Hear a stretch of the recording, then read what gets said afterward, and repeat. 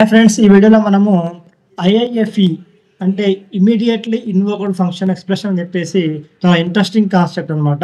దీని గురించి మనము ఇవాళ నేర్చుకుందాం. సింపుల్గా చెప్పాలంటే మనం ఒక ఫంక్షన్ రాసిన వెంటనే అది ఆటోమేటిక్గా రన్ అవ్వడం అనే ఐఐఎఫ్ఈ అని చెప్పేసి అంటారు. అంటే ఒక ఫంక్షన్ రాసాము, అది మనం కాల్ చేయకుండానే ప్రతి ఫంక్షన్ జావాస్క్రిప్ట్లో ఏదైనా సరే ఒక ఫంక్షన్ రాసామంటే దానికి కంపల్సరీ కాల్ చేయాలి మనకి అవసరం ఉన్నప్పుడు.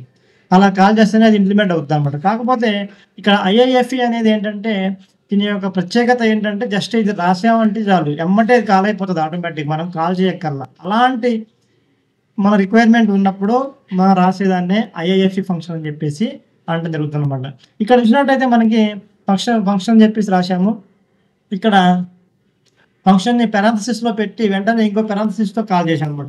అందువల్ల ఇక్కడ ఈ కోడ్ ఎగ్జిక్యూట్ అవ్వగానే కన్సోల్‌లో ఐఐఎఫ్ఈ రన్స్ అని ప్రింట్ అవుతుంది అనమాట. ఇప్పుడు మనకి అసలు ఐఐఎఫ్ఈని ఎందుకు వాడతామని చూసినట్టయితే మనకి మొదటగా ఒక ఫంక్షన్‌ని వెంటనే రన్ చేయాలనిపిస్తుంది అంటే వాడతాం. ఫస్ట్ ఏంటంటే ఒక ఫంక్షన్‌ని వెంటనే రన్ చేయాలి అని మన రిక్వైర్మెంట్ ఉన్నప్పుడు ఇలాంటి వాటిని వాడతాము. రెండోది ఏంటంటే ప్రైవేట్ వేరియబుల్స్ క్రియేట్ చేయడానికి, అంటే ఫంక్షన్ లోపల ఉన్న వేరియబుల్స్‌ను బయటకి యాక్సెస్ చేయకుండా, బయట లీక్ అవ్వకుండా మనం కావాలనుకున్నప్పుడు అలాంటి రిక్వైర్మెంట్ ఉన్నప్పుడు వాడతాము. మూడోది ఏంటంటే కోడ్‌ని క్లీన్ అండ్ సేఫ్‌గా ఉంచడానికి మనము ఈ యొక్క ఈఫీ అనే ఫంక్షన్‌ని వాడతాము. ఐఐఎఫ్ఈ అని చెప్పేసి దీన్ని ఈఫీ అని చెప్పేసి అంటారన్నమాట. ఇలా దీన్ని వాడతాము. మనం ఇక్కడ ఉదాహరణ చూసినట్టయితే మనం ఫస్ట్ దీన్ని రన్ చేద్దాము.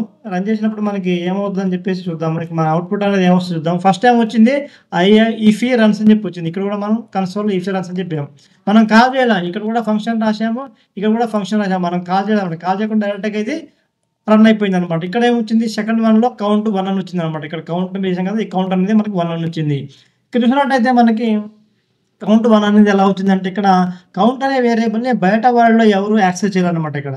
ఎందుకంటే ఈఫీలో మనం ఐఐఎఫ్ఈలో లోపల రాసాం కాబట్టి ఇది పూర్తిగా ఈఫీలోనే సేఫ్‌గా ఉంటుందనమాట.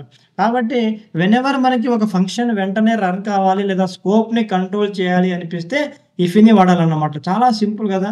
నెక్స్ట్ టైం మీరు ఈ ప్రాక్టీస్ చేస్తే ఒకసారి ట్రై చేయండి. ఇది జావాస్క్రిప్ట్‌లో చాలా పవర్ఫుల్ కాన్సెప్ట్ అనమాట. ఇది మనకి ఇమ్మీడియట్లీ ఇన్వోక్డ్ ఫంక్షన్ ఎక్స్ప్రెషన్ లేదా ఈఫీ అని చెప్పేసి అంటారనమాట. చాలా చాలా ఇంపార్టెంట్ కాన్సెప్ట్. మీకు నచ్చితే లైక్ చేయండి, షేర్ చేయండి, సబ్స్క్రైబ్ చేయండి. Thank you.